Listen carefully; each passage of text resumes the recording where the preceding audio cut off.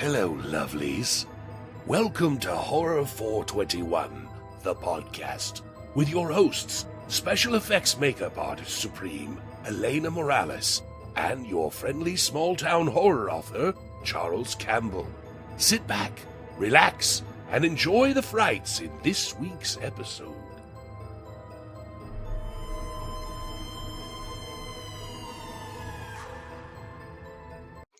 Hey, everybody. Thank you for joining us for another episode of Horror 421, the podcast. And before we get started, I want to make sure that you hit the subscribe button or the like button if you're on YouTube. And please subscribe wherever you get your podcast. But today, we have a very special guest that Elena and I are so excited to have on the show. He is an accomplished movie director. He's an author. He's a musician. He's a podcast host. He does all kinds of things. So I want to introduce my friend, Henrique Couto, to the show. Hey. Hey, Henrique. We are so happy to have you. Elena, I don't know if there's anything you want to say to our friend before we get started. Can I call you Enrique Suave? You know, and then we can do the song, Ale, Ale, you know? It's pretty accurate, so, yeah. You have the majestic mustache and everything. Like, we have to. We just have to. I would allow it. Well, Henrique, we'll kind of jump right into it. You're a friend of mine, so I've kind of followed you for a while now, and I see the stuff that you have out there, but I want to let all of our listeners know what you have going on, and I will introduce a couple of things before we kind of turn it over to you and let you tell us what you got going on today. But Henrique is the brainchild of the Babysitter Massacre, and that was a movie he directed a while back. I do have a copy of the DVD right here in front of me. Whoa, that thing's a collector's item. That's right, buddy. Yeah. So I've got a copy of the Babysitter Massacre DVD along with a bunch of his other stuff, but that DVD turned into, and I'm sure Henrique is going to share with us how it became this way, turned into a series of books. So Babysitter Massacre, there's a Babysitter Massacre series, and he's got a wonderful author who's penned these, David O'Hanlon, but these are amazing. So I've read 2 of these so far, and there's 4 out now. So I've got 2 more to catch up on. So those covers are absolutely fantastic. They sure are. They are. So those covers, when we decided to do the paperbacks, it was pandemic inspired because we're finally getting back into pre-production on making the sequel films.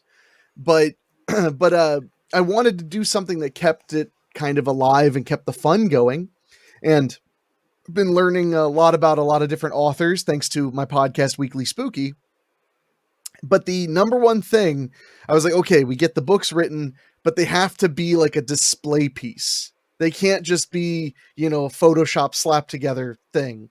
So I hired a friend of mine. I can't name him because of his, I don't want to give away a bunch of stuff, but he can't use his real name right now on projects that are, of a certain taste. But he does projects for Vinegar Syndrome. He did projects for Shudder. He's done a ton of stuff. And the funny thing is, he's just a pal of mine. One day I was sitting there thinking about it, and I was like, I should just call him up and see if he'll do these. So I called him up, and he was thrilled. So he's done 4 of them so far.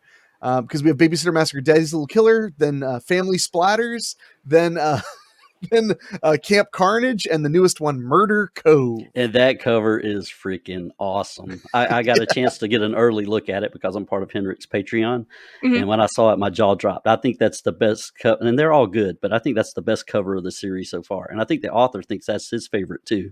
Yeah, no, David O'Hanlon loves it. And that's been one of the most fun parts is he writes the book. And usually when he's just about done, when we're just about ready for it to go to editing, is when I get the artwork commissioned. So usually like right as he's like, here's the book, I'm like, here's the cover. And he's like, oh my God, yes. So, and it's just not only the one badass thing to have just a perfect story, but like the cover. And I know people say don't judge book by their covers, but I mean, if there's blood on it, I'm buying it. Like immediately buying it. And we literally make the covers to represent what's in the book. So exactly. And now they do a lot of the books now. They always do all of those computerized images. Like you said, it's just like that photoshopped like computer image, which is okay, but it doesn't make me want to buy it. Well, and to me, the idea of us putting out, I mean, they're ebooks too, but they're mostly paperbacks. Mm-hmm. So to me, nostalgia is a major element of buying Exactly. paperback. So the way I often describe the Babysitter Massacre book series is it's like Fear Street, but with all the boobs and blood that Fear Street was sorely I missing. just had that missing. That just one little thing. We just missing. put that back in. So Oh man, that is awesome. Well, Henrik, like I said, I am a fan of yours, and Henrik is definitely a horror lover, but he does more than horror. He even directed a western called Calamity Jane's Revenge, and that movie was amazing too. So Henrik, he just branches out into everything. and So I just wrapped a second Western. I know you were telling me Yeah. about that. That's awesome. So tell me a little bit about what goes into making something different, like a western. I know that horror is mostly your alley, but you do go off the path every once in a while. So what's different about making a western than a horror movie? Well, one day I woke up and realized that my output was like 60% horror. It had reduced a lot from being like 85% horror to being about 60. The Western was a really simple situation. It was 7 years ago I started doing this full time. So when you're doing anything full time, you have to make good decisions, make good choices for your business, for your yada yada. And so I was researching and keeping my ear to the ground, listening for like what is the market hungry for. And the film market was hungry and still has a decent appetite for westerns. So I took my entire savings at the time and made Calamity Jane's Revenge. Nobody asked me to. I just did it. And I think I was only like a year and a half into doing this for a living. And people thought I was crazy. Then again, they thought I was crazy when I made the Talking Dog comedy movie, which was everywhere. It played television in the United Kingdom. In the United Kingdom, it was on Sony Movie Network. And I made that in 2 weekends at my mother's house while she was out of town. So, and used her dog. So, but so, I was always told I was crazy. I'm just used to that. Maybe that's because I've been told I was crazy since I was, a teenager. You're crazy for doing this. I'm like, yeah. Tell me something interesting.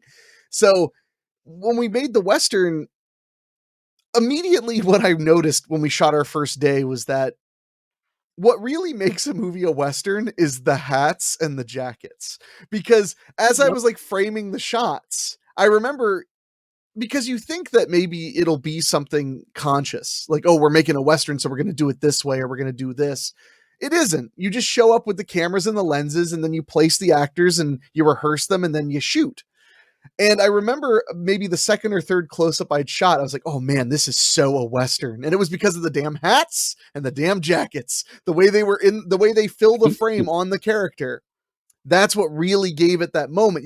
The fact that when you're talking to somebody, when you tilt your chin, now you're tilting your hat. And when you stand tall, you got this big burly jacket and you got the gun belt hanging off the side. So it was mostly in the art direction. But It's I did, that nostalgia too. yeah. That Western nostalgia. Everybody loves that. It's perfect every time. And it was a lot of fun to do. I'm 35 years old and I got to, go out in the woods for a week and play cowboy and then come out and be like, that's my job. Like it was a lot of fun. I would do another Western in a heartbeat, although I'm really tired of doing the mostly outdoor Western. So now I'd have to move to interiors because I am so tired of getting rained out or snowed for out of nowhere. Mother Nature hates independent film with a passion. So you always have to be ready. I can definitely comment on that. The last independent film I did with somebody, it was going to be a great day. We've been tracking the weather. All of a sudden, torrential downpour. Could not go outside. We had to wait for hours until we could film anything. Then it was foggy and damp, and everybody's sweating. We're just like, "This is fun. This is great. This is fun. It's fine. It's fine. Yeah. We're having a great time." And on a lot of these films, our shooting schedules are incredibly tight. I mean, they could be 5 days, 6 days. If you're lucky, it's 7 or 8. Mm-hmm. So when one day is fully destroyed by weather, that's actually really bad. You just lost a fifth of your production and you have to decide how you want to circle back to get it. And we had a lot of problems with this last Western due to weather and COVID-19. And because that was the first film like I shot with a cast and crew post-COVID. And it was just anything that could go wrong would go wrong. But we got it in the can. So, soon it will be announced and all that good stuff. Right now it is in the capable hands of our composer, Ray Mattis. Well, that's and he is adding the twangs and the and all the stuff that makes a Western a Western. Wow, wow, wow. I hear it in my head when I'm shooting. One other cool thing about Calamity Jane's Revenge, for you wrestling fans out there, Al Snow is in the movie. So former WWE superstar Al Snow. Al Hell yeah. And he was a blast to work with. It was so weird when he arrived on set because I had a poster of him in my bedroom when I was a teenager. And he's actually from this part of Ohio. He doesn't live here. He lives in Kentucky, but he's from this part of Ohio. So when I booked him, he was like, it's only a 2-hour drive. I'd love to do it. And I was like, okay. So then I got to hang out with him. And we liked him so much, we brought him back for a comedy called Nothing Good Ever Happens. And on Calamity Jane, I cast him because he has a little bit of a name and it was a cool thing to do. But on Nothing Good Ever Happens, it was literally just I liked him and we had the budget. So I was like, let's just bring Alan for this role. Why not? He'll do great. So right. And he's a really cool dude, really funny, extremely funny. So, but making Westerns is fun. Once you've made one, and you've survived finding, sourcing all of the gun belts for an affordable price and sourcing all the hats for an affordable price, the next one's so much easier because you can just use all those guns again. That's right. Well, I used to do some part-time work in a leather shop at a local flea market. And that stuff can be expensive. So the hats and the gun belts and all that stuff. And the belts that were made were handmade and, hand imprinted. So that stuff can get a little pricey. I always tell people if you have a high concept that needs costume or props, the best thing you can have is time on your side. Like be able to look for them for like 3 or 4 months on eBay because you never know how cheaply something will go. I must have gotten so many cowboy things from old rodeo dudes whose wives were making them sell it because I would I'd be like, wait, that's a perfectly excellent gun belt. It's $74. Buy it. Like, it's used too. And I'm like, used is even better. I don't want it to look new. I want it to look like these people have been, punching the trail all their life in this thing. Already distressed. Exactly. No, and that's the only negative is, when you shop on eBay, it's not like you can know you're going to have something in 3 days. Yeah. So that's why I said, if time's on your side, just gently search around eBay and find, the people who are parting with their belongings and snatch them up as fast as you can. Get that weathered and and in the worn thrift look. store. That's right. Best friends. Yeah. All right. Well, I want to change subjects just a little bit. Henrique. Yes, sir. I love waking up every Wednesday morning, and I love turning on YouTube, finding the Weekly Spooky channel, and listening to the episode every single week.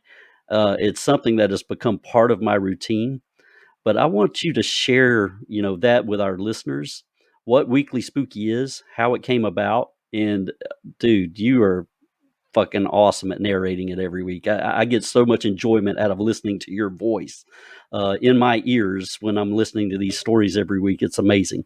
Well, thank you. It's very flattering. Weekly Spooky is like the culmination of my entire life as a man-child.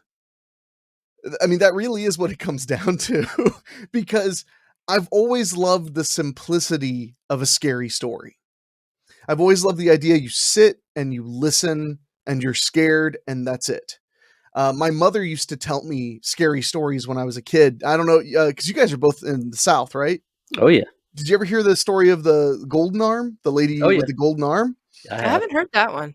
That's an old school one. It was made famous by Mark Twain. That's how long ago it was. But my mom didn't even know. My mother is from Kentucky, and she didn't even know that it was that Mark Twain had retold that story. Her mother had told her that story when she was a little girl. And my mom used to tell me Golden Arm, and I would get so scared. And then the next day I'd be like, Mom, tell me the Golden Arm story again. And not to be a big spoiler, but the entire reason that Golden Arm works is you can kind of make up everything. It's about a woman who whose arm gets cut off when she's a child, and she's given a golden arm to replace it. And her husband, depending on which version, her husband steals it after she dies because their farm is going broke, and she starts haunting him. That's basically the gist of it. But the reason the story is scary is in how you tell it, because you have this thing where he hears the ghost, "Where's my golden arm? Where's my golden arm?" But then it progresses to, "Who stole my golden arm?" And you tell it the "Who stole my?" "Was it you?" And you scream at the end. But what's funny is you could see a mother scaring her child with that, like, "Oh, ha ha ha." Mark Twain used to sit in a room full of people who paid top dollar for him to yell, "Was it you?" at the end. Scare them all. So anyway, my point is, I'm a total nerd, and I love sitting and telling scary stories. So Weekly Spooky was born kind of out of that. I was like, because I've loved podcasting my entire life. I had a podcast in 2005 when podcasts were, I mean, when you had to tell people what they were. People were like, "What's a podcast?" I'd be like, "Oh, it's an internet radio show." And they're like, "Oh, why didn't you say that?" And I'm like, "Well, it's because it's a podcast." So I've loved it forever. And one day it just kind of hit me like a stack of bricks. I was like, what if I did a podcast where we just did scary stories? And I had dipped my toe in it before. I'd done two music albums that were 4 short scary stories, like on CD back in the day, and you could buy them on Bandcamp and stuff. And people liked them. So I was like, well, what if we do one every single week? And I was very fortunate because I had teamed up on films with a guy named, oh man, I'm going to forget your name now and make you feel really bad. No, Dan Wilder.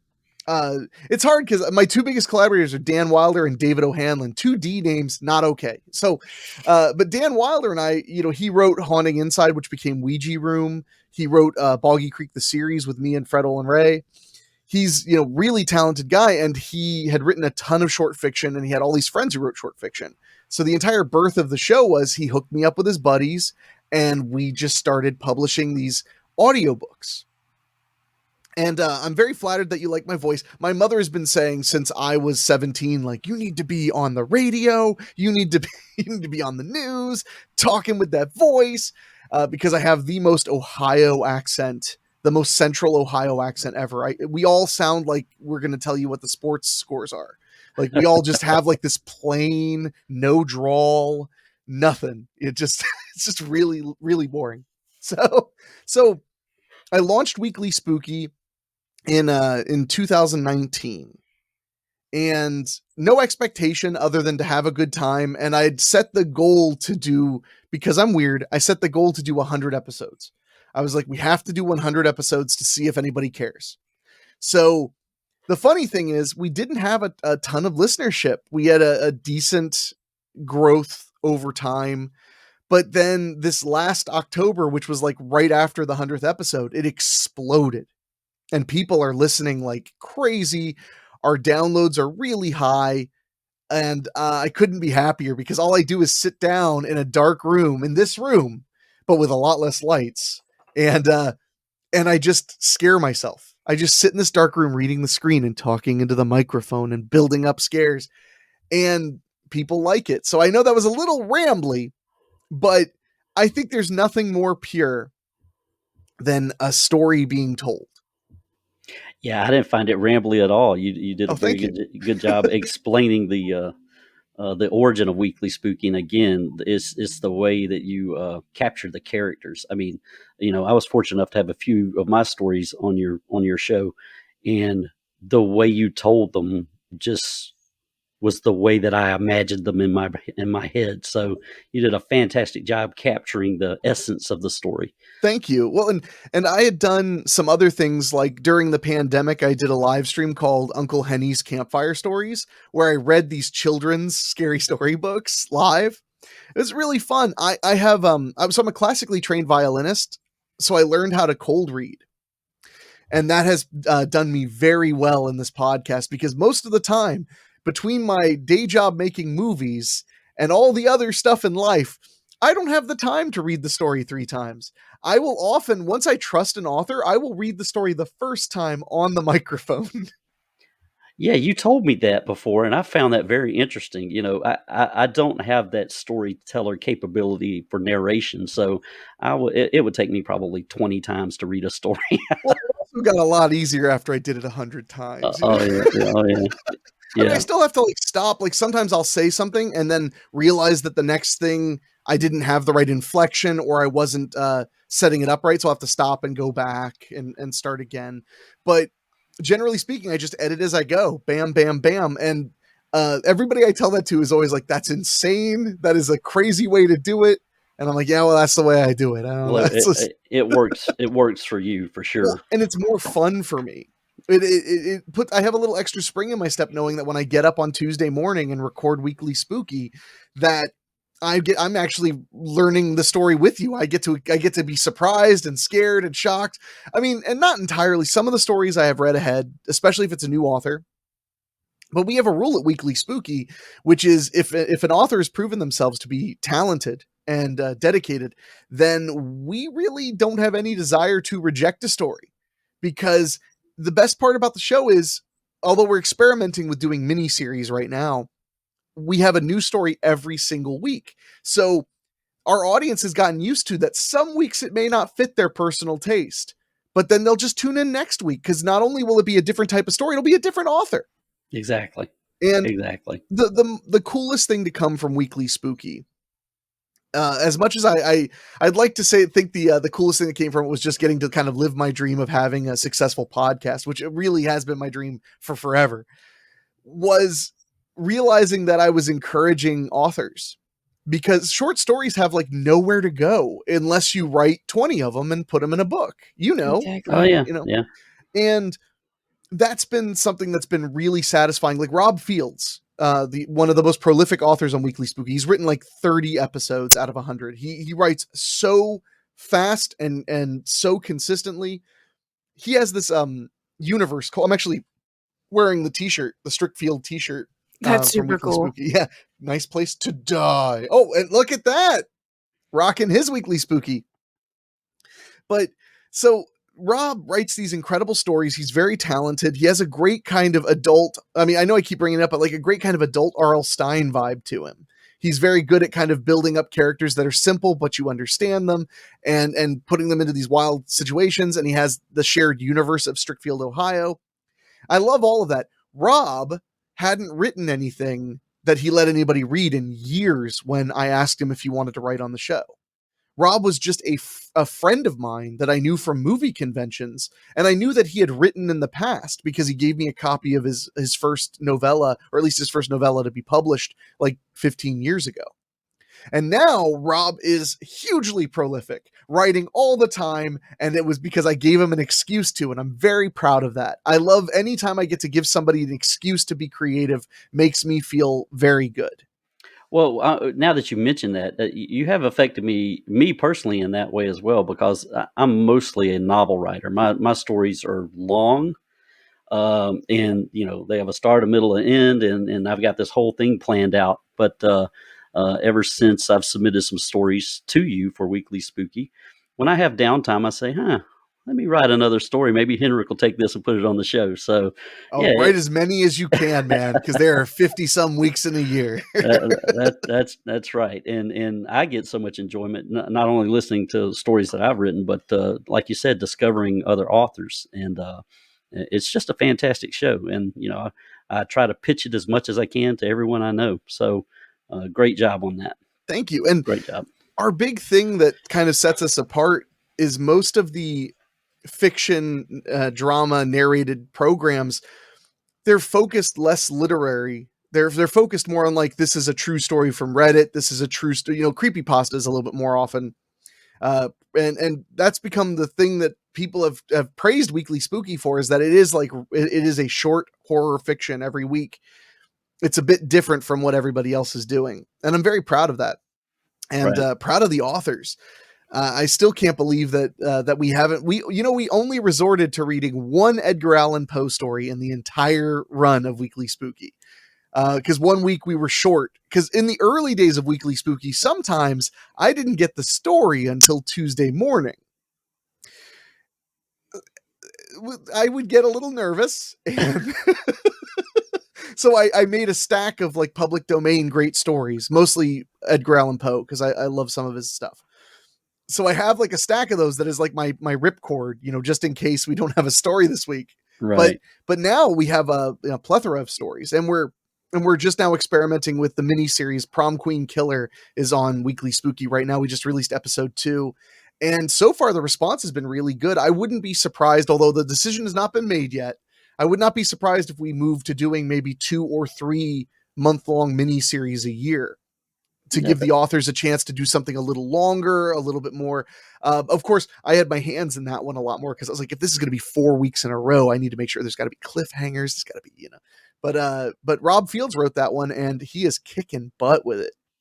Well, a musician that I friended in California a couple months ago, I turned him on to it, and he actually commented on one of the posts and on the second episode, and he was like, "Great cliffhanger! Can't wait for the next one." So Awesome. It's working. So people like it, and like I said, I tend to write longer stories, so I might want to hit you up for something like that. Well, that shocks me that because you are incredibly concise when you write shorts.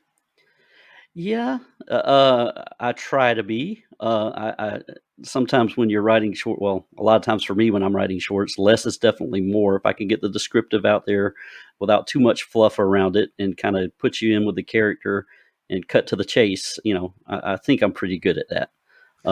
I've loved every short I've read of yours, and I've been very impressed with. I know it can be hard, thanks to working with so many authors. It can be very hard to knock it out in 3,000 words. So a lot of the guys, they sneak them past me. I'm like, this needs to be 3,500 words. And I open it up. And I'm like, this is 4,200 words, but I appreciate the hustle. So I'm just going to go with it. Just go with it. Right. Well, some weeks, as much as I love doing the show, some weeks, I mean, I wake up and I have to take a hot shower to get my throat right because it's cold out now. And then I have to drink some hot tea, and then I have to sit down with the mic, and I have to get that show done as fast as I can because I've got so many other things going on, working on movies or working on other things involving the podcast. So there are weeks where I'm like, why'd you go 1,000 over the word count? I really need to knock this out and move on with the day.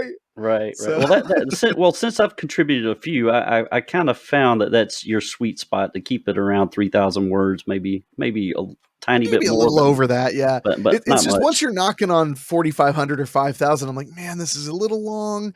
I know some of the audience really likes the longer stories, but it just there's a point of diminishing returns for my voice and everything too, where I have to pace myself more the longer the story is. If the story is 3,000 words, I can just be like, and then my voice will survive the whole thing. Well, it also depends on the audience. If they're driving to work and they got a half-hour drive to work, 30-minute podcast is perfect for them to listen to the story before they get to their job. So yeah. It just depends on who's listening. And now if it's somebody who works from home and has all the time in the world, then maybe they can listen to an hour story.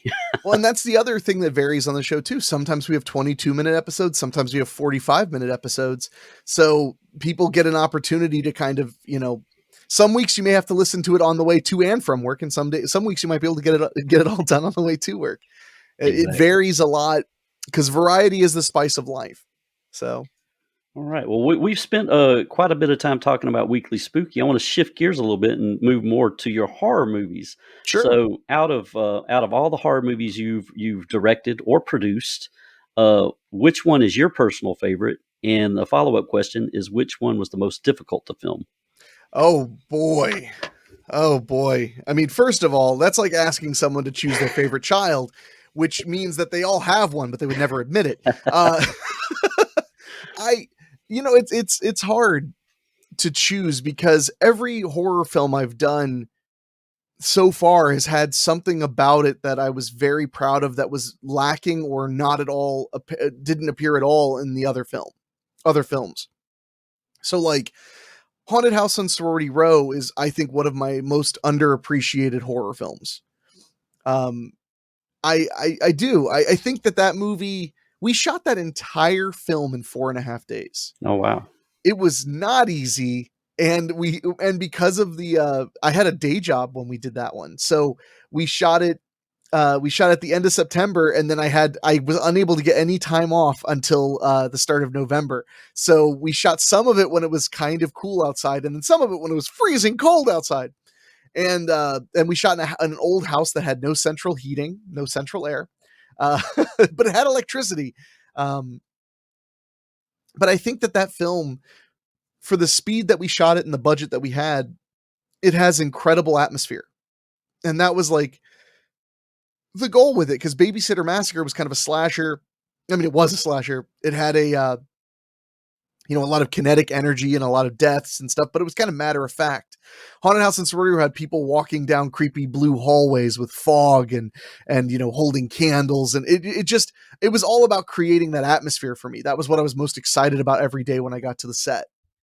But then, like, you have a film like Scare Waves, where I feel like it was the characterizations that I was so happy with. Like, every character was a slime ball and a son of a bitch, and you hope they got what was coming to them.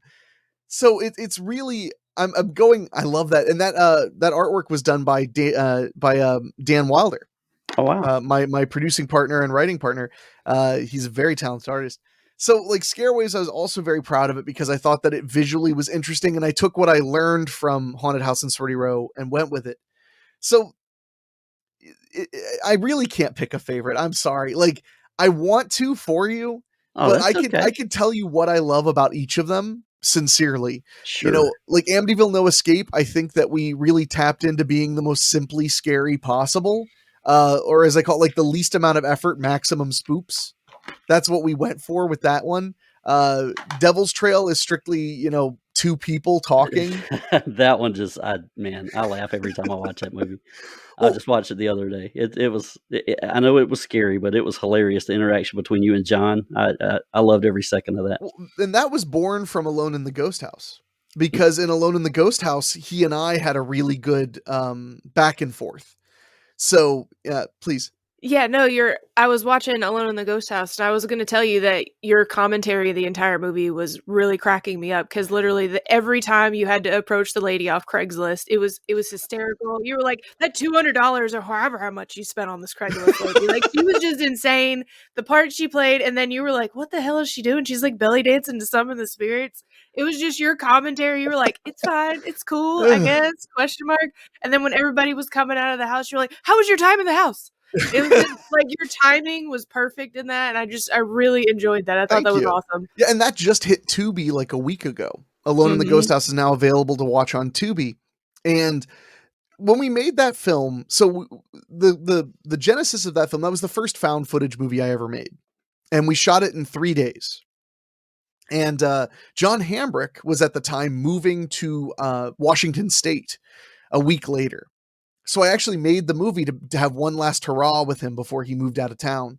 We actually made that film while Scarewaves was still in editing. Like, Scarewaves hadn't even been fully cut, and we were like, let's go make this movie real quick. I had so much fun messing with those actors. We were shooting in that house I mentioned that had no heat, no air, middle of nowhere. And I was terrorizing those actors. Running at them and saying, how was it in the house? None of them knew any of that stuff was going to happen.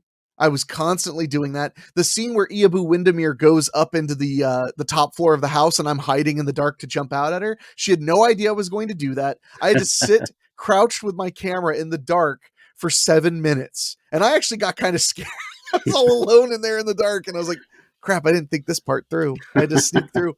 I was like, that movie was me playing pranks on them most of the time. And it's one of those examples where you need to be either a good self-editor or you need a good editor to come in, because the first cut of that film was almost 2 hours long.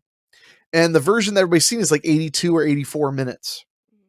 And the reason it was 2 hours long was it was my first found footage movie. I was so afraid that we wouldn't get enough material that I was just like improving every second, every moment. I was making either a comment or trying to bring people into whatever or do whatever. And that first cut, that 2 hour cut, is really obnoxious. So I went in and was like, if I remove enough of me, then my character won't be hateable. He'll be likable. So that was the dance we played with that one, was getting it to the point where it was just like a little joke here, a little joke there, just enough to make him likable. And especially the part when you kick the door closed, you're like, it was just like watching paint dry in there. I had to do something, anything. Yeah, well, and that film came about from my frustration working in television. I had been earlier that year, I had been fired from my television job. That was my last day job I ever had.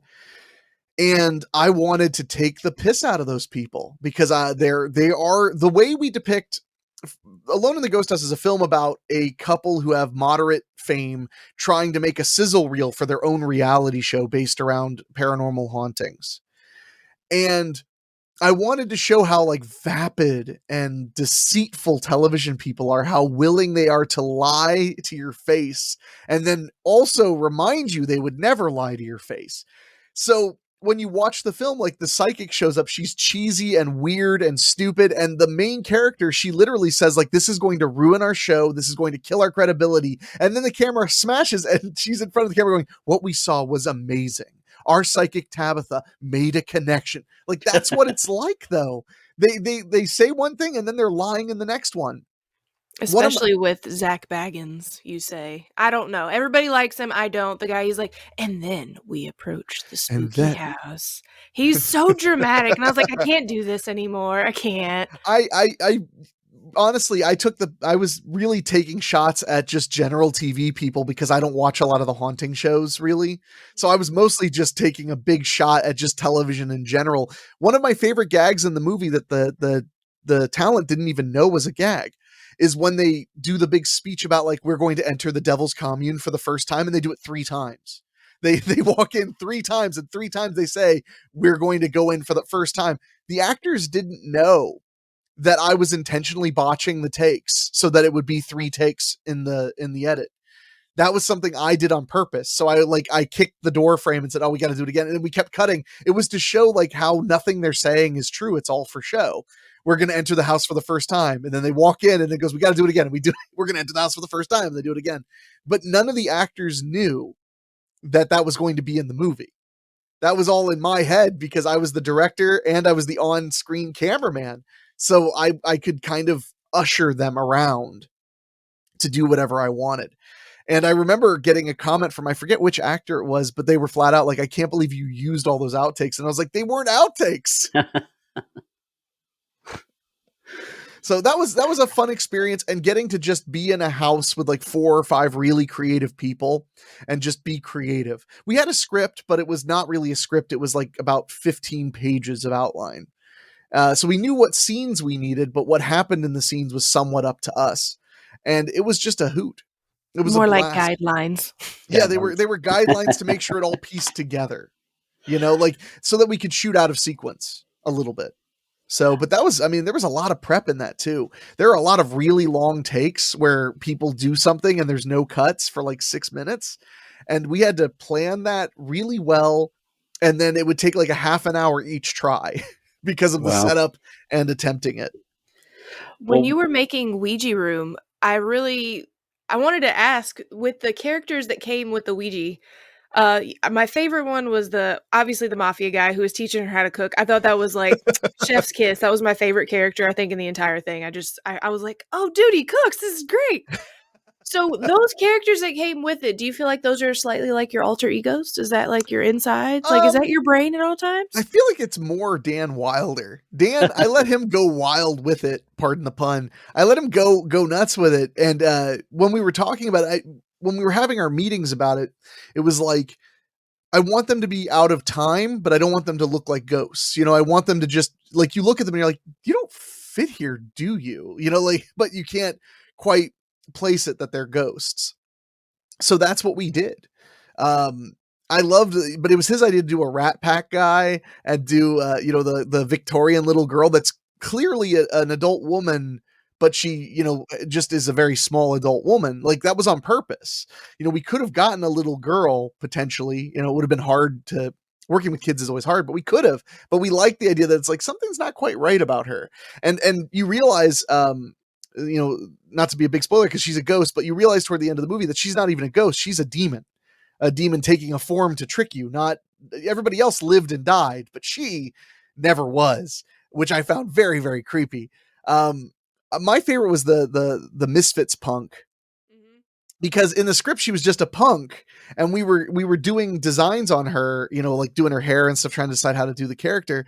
And out of nowhere, I just like, my brain just clicked, and I was like, what about a Misfits punk instead of like a traditional like oi oi oi punk? So I texted Dan and I was like, what do you think about a Misfits punk? And he was like, fuck yes. So that was our that was how we made that decision. But I'm glad you liked Joe Kidd as the Brat Packer. I thought he was a lot of fun in it.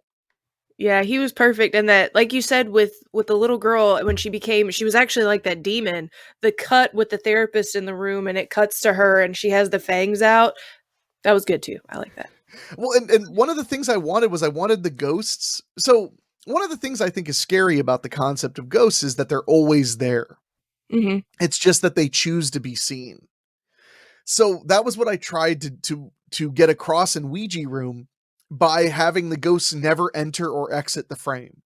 Instead, I had them leave the frame through coverage, is what you call it, which means that, say there's a shot of the two of them standing there, and then you cut to a close-up of the girl, and you cut to a close-up of the ghost talking, then you cut to a close-up of the girl, and then you cut to the wide shot and the ghost is gone.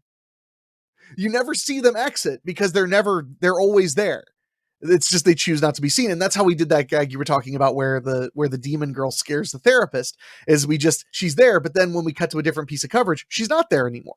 You never get to see them leave, because why would you see them leave? And I thought that was such a fun element, because one of the first rules on Ouija Room I set for myself as a director was that the ghosts would almost only be seen in daylight and in like soft, warm, comforting light.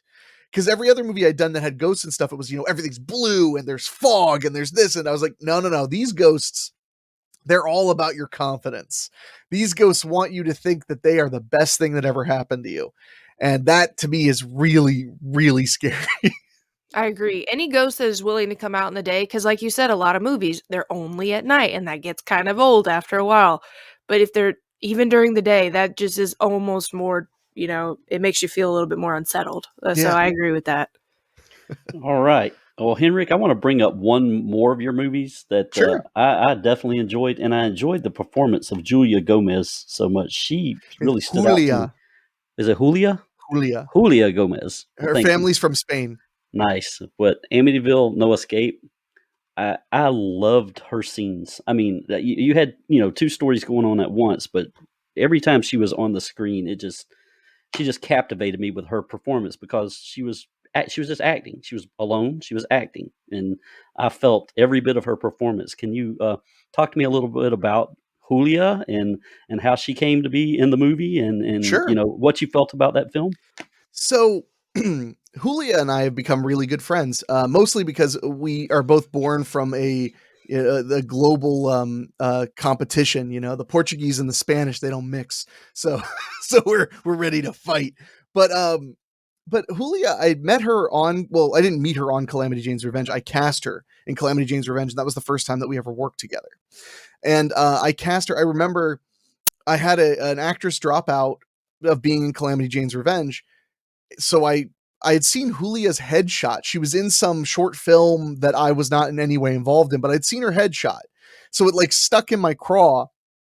So I remember I called around to people who knew the people who did the short, and I was like, does anybody have her contact info? Because she's on Facebook, but we're not friends, and I can't get through. So I ended up getting her phone number, leaving her a message, and telling her, like, I have this role I'd like you to read for.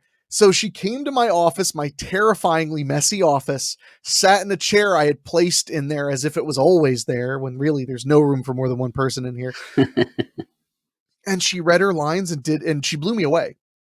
I was just shocked. So after we did Calamity Jane's Revenge, which was her first feature, after we did that, I wanted to put her in everything if I could. And her availability is a little tricky. She was double majoring in college at the time. So when we did Amityville No Escape, the film that was probably the most troubled film I've ever made, story-wise. Because when the first cut was done, Julia was not in the movie. The original film was just the modern day kids. Oh, okay. And I watched a cut and I didn't like it. I mean, I didn't hate it, but I could tell that it wasn't right. It was missing something. Yeah. Well, and one of the big things is, as you know from writing, like a lot of times subtraction is addition. So if you take stuff out, then it makes something better. So what I did was my editor, Eric, and I, we were watching the cut that he'd made that was like, 74 minutes or whatever. And I was like, Eric, what do you think? And he was like, I'm not sure. That's how Eric sounds. And he's got a fascinatingly deep voice, but he was like, I'm not sure. So I was like, well, what do you think? Like, how about I want you to go through the movie and just cut out anything you think drags or doesn't work. And let me know how long the movie is. So he comes back to me and he's like, I cut out everything I thought was slow or didn't work. And it's 55 minutes. And I was like, So I watched the 55 minutes and he was right. It was a better movie. It was like way better, but it was too short. So I was like, how can I add to the film, but also make the film better? So I sat up one night and I thought up, what if we do a B story that is a different found footage story in a different time frame, like in the 90s? So I put out a call on Facebook and said, does anybody have a 1990s era camera that works? An old friend from high school's father replied and was like, I got 2 of them in a closet. Come over. So I drove over there and he gave me the 2 cameras. They functioned not great, but they did function. The batteries were basically didn't hold a charge. You would have to charge the battery every second you weren't using it because it was draining the moment you took it off the charger. But we could shoot scenes with it. And so I got the camera, looked at the year on the camera. It said 1997. I was like, well, we got our date then. It's going to be in 1997 because that's the camera. So then I sat up all night because that film was written by Ira Gansler. The original film was, but I wrote all the stuff with Julia.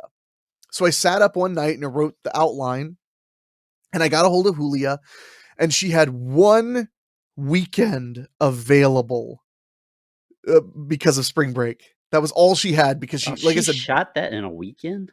Mm-hmm. Wow. Actually, I believe we shot it in one day. Wow. I'm almost certain we shot it like on a Saturday, like for 16 hours or 15 hours with meals. And it wouldn't have been that long, but we needed nightfall, to get the night scenes. Right. So that's impressive. And it was an awesome experience because I knew Julia could kill it. I knew because she's so good. She was like, I used to joke, it was like bringing in a ringer. I was like, okay, well, I'm going to bring in one of the most talented actors I know to be interspersed in this movie because she'll elevate the entire film. Yeah. For me, you called it the B story. It was the A story for me. That was my favorite part of the movie. All of the interactions with her. But anyway, I digress. And she and I have a really good.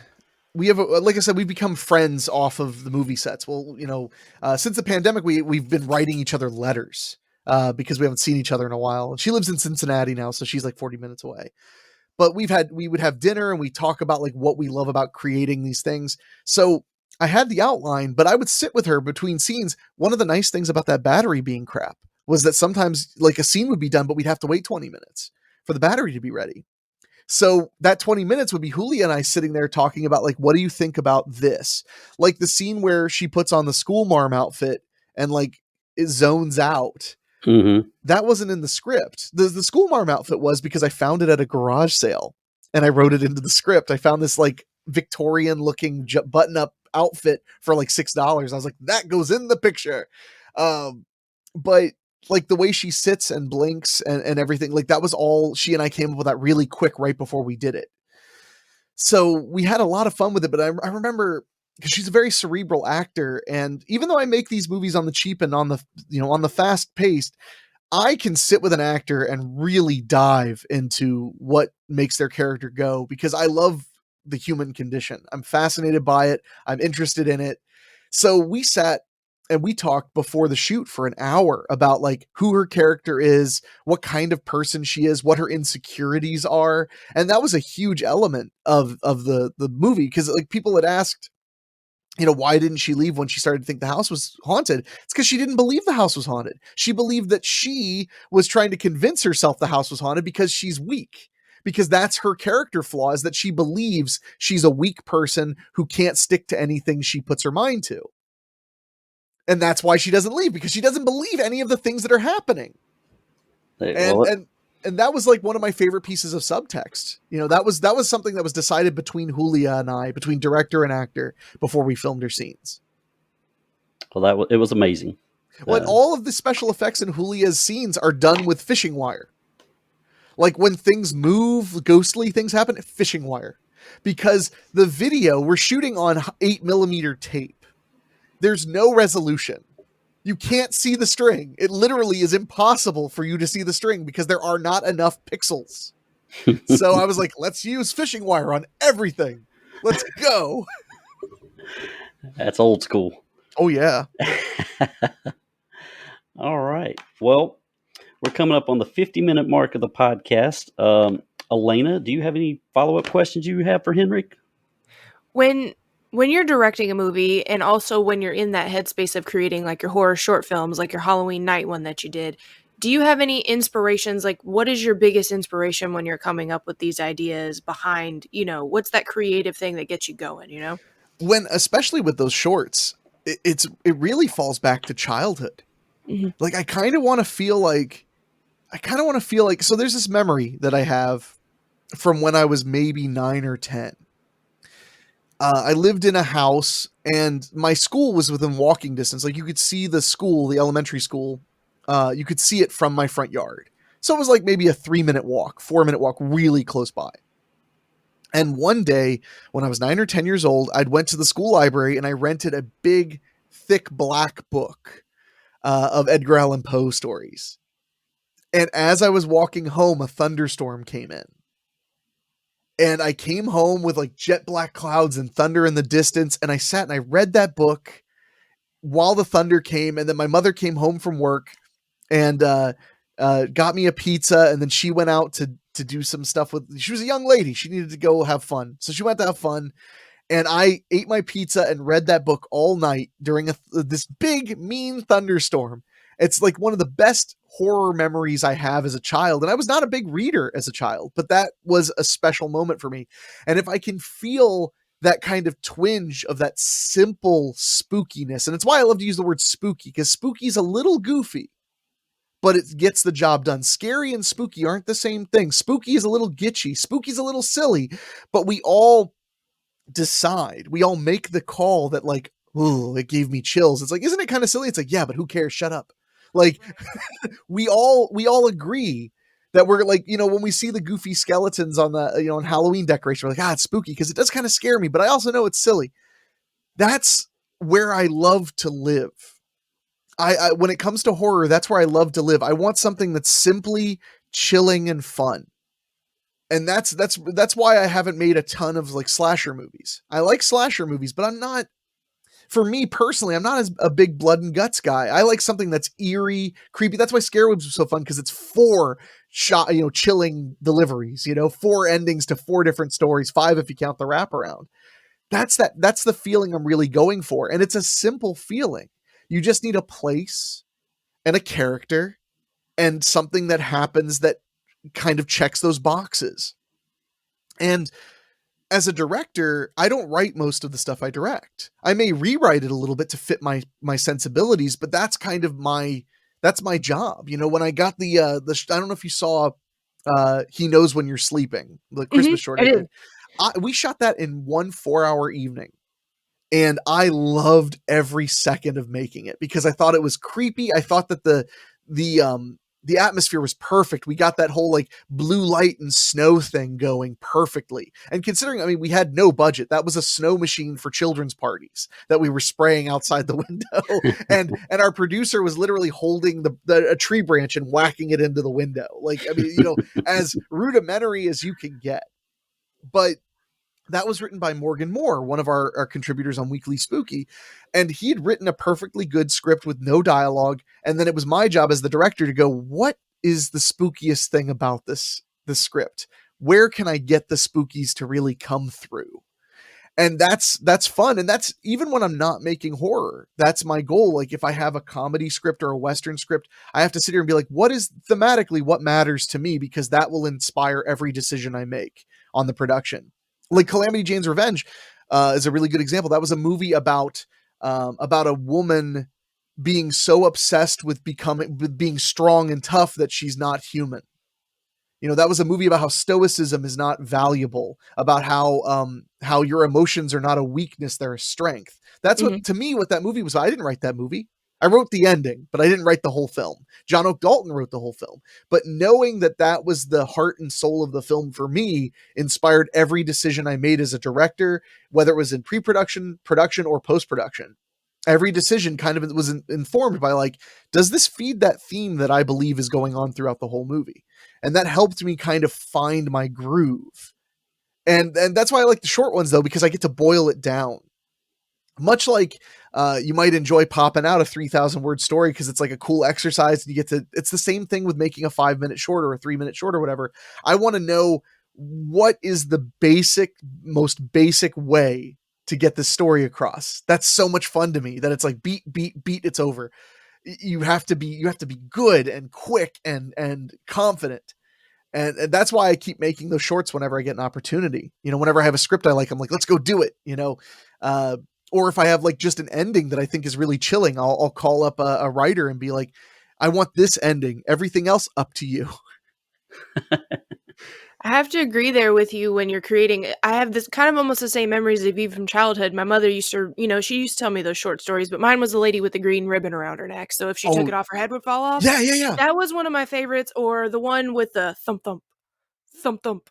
That story. And she used to do the voices with it too. So whenever I'm doing anything, I always think of what voice would go with it. Like that timing, everything is just those little small thematic elements or just anything that just has that one quick effect. Like you just, you're right there. But like you with it has to be spooky. And I do like the slasher films, but like you said, I'm not the gore horror aspect of it. Sometimes it's a little too much. You just want that like that nice bit of cheese, but also that unsettling feeling like in the haunted house stories and things like that. Those are my favorite. So I think it's funny that you have like almost the same memories from childhood, with your mom reading you stories, and those are those are things that inspire you. Yeah. And I really appreciate that. Well, and my stepfather growing up, he was from Mexico and he used to terrorize me with the story of La Llorona. Oh God, that's terrible. That's a hard one. He used to, that was not spooky. That was mortifying. Yeah. La Llorona, she wants a little boy like you, just like you, Yeah. And my grandpa, he's Puerto Rican, but he used to have this joke because he got sick towards the end when he was really sick, but he had a few strokes. But every time he'd come in the hospital, we'd come visit him. He goes, I am like Jason. I keep coming back. But like he used to say that every time, but he used to carry a picture. I didn't find this out till years later. He used to carry a picture in his wallet of the Barón de Cementerio, which is pretty much the guardian of the cemetery. And he had one in his room, and they were like, you want it? Fuck no, I don't want that. Like, that's weird. Like, no, I don't want it. But it was just this thing he had. He goes, it's because I carry the Barón. And he wasn't really an absolute religious guy, but like him and my grandma had all this stuff with the spiritistas and all this stuff. And I was like, no, we don't do that. We do not do that. No. It's so good. Yeah. And I think that's the thing about all creative people is we have references and concepts that are like ingrained in our souls. And a lot of times we don't even recognize them for like 15, 20 years after childhood. All of a sudden I'll be like, oh yeah, I do kind of want to get the feeling I got from that. As an, like you don't make those connections. Honestly, I don't think I'd make half these connections if it weren't for 2020, because I sat and just thought for so long. Nothing else to do. You're just like, exactly. Yeah. So it was, so I got to think a lot about like what makes me scared, what makes me enjoy being scared. Because that was the other big thing is, the horror movies scare the crap out of me, but I can't get enough of them. It's just, and maybe part of it is that I was expressed love through scary stories when I was a child, but I don't know, but I think that it's important to not take oneself too seriously about any creative endeavor, but especially about horror, because horror is silly and dopey and fun and terrifying all at once. And anyone who tries to deny that must believe they're as cool as the heavy metal t-shirt they wear every day. Because prime example, House on Haunted Hill with that skeleton at the end. It's on wire. You can see the fucking wire. Yeah. It works though. It's perfect totally every time. And Vincent Price laugh like, dude, every time it's perfect. It's fucking perfect.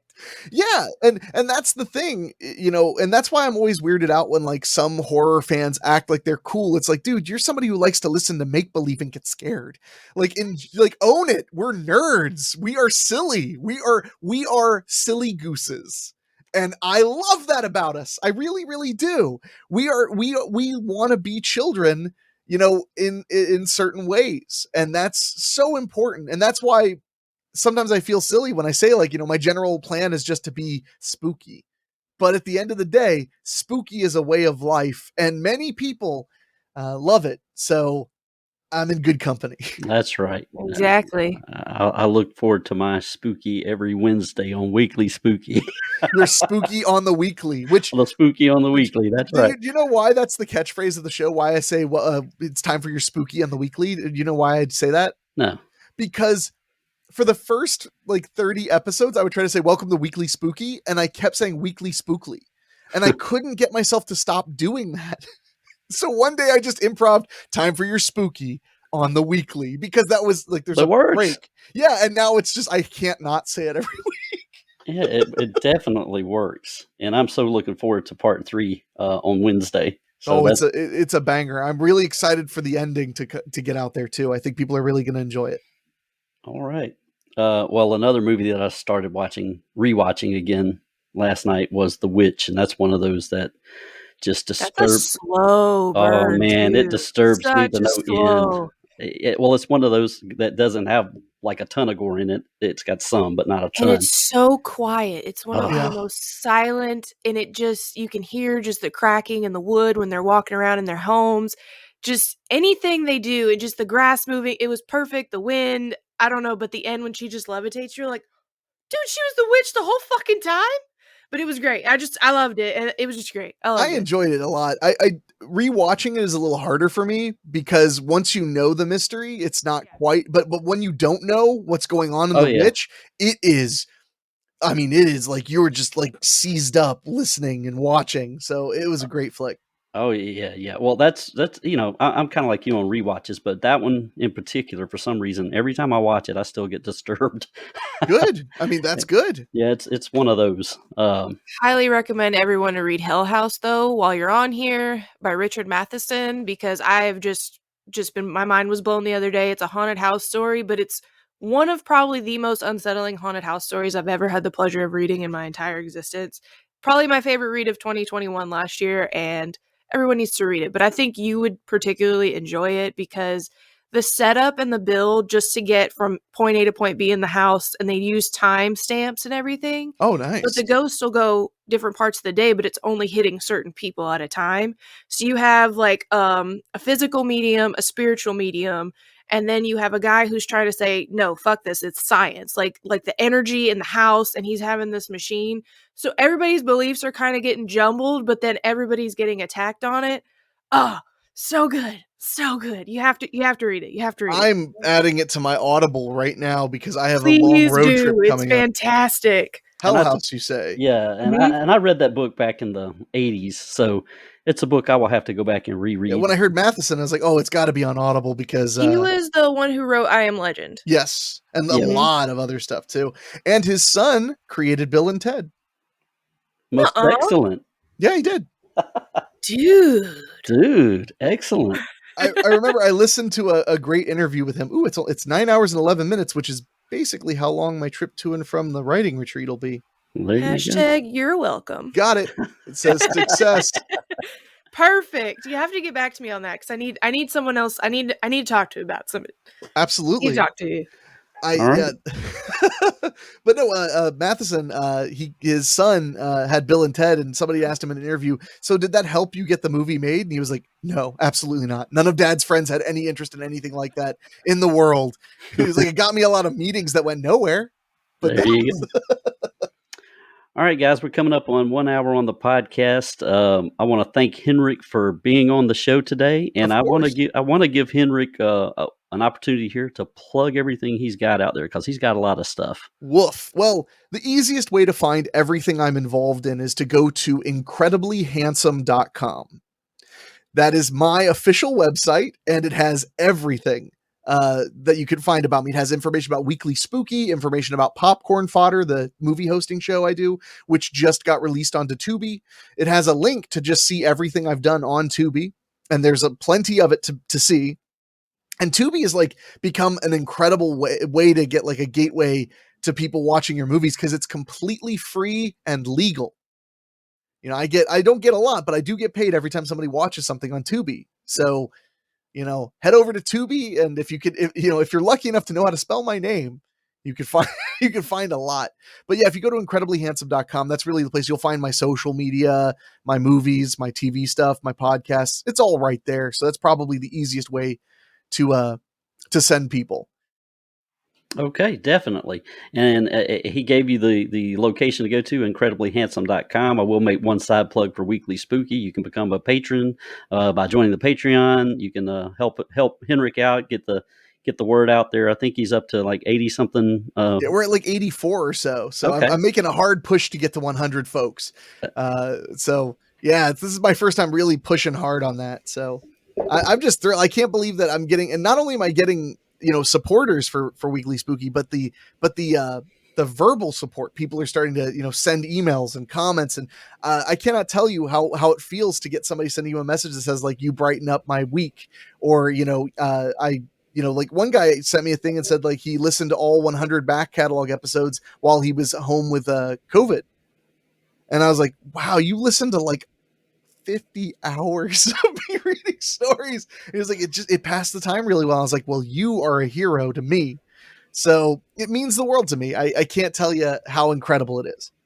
Well, Henrique, we enjoyed having you on the program today. We definitely want to have you back on for sure. Anytime. Because I know you've got a lot going on. Elena, why don't you let everyone know where we can find you? I am Jukebox Baby 78 on Instagram as well as on TikTok. I like to do the spooky makeups, the silly makeups, the drag makeups, all of the makeups. You got it.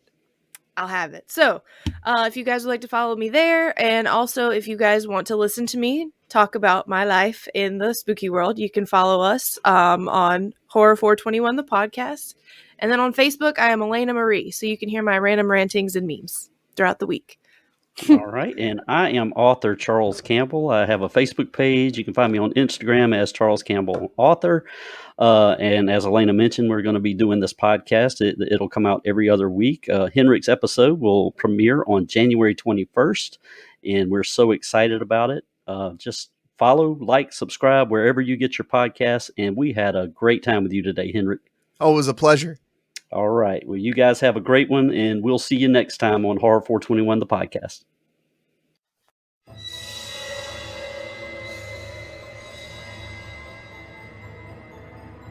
We hope you had a horrific time, lovelies. Thank you for tuning in to Horror 421, the podcast.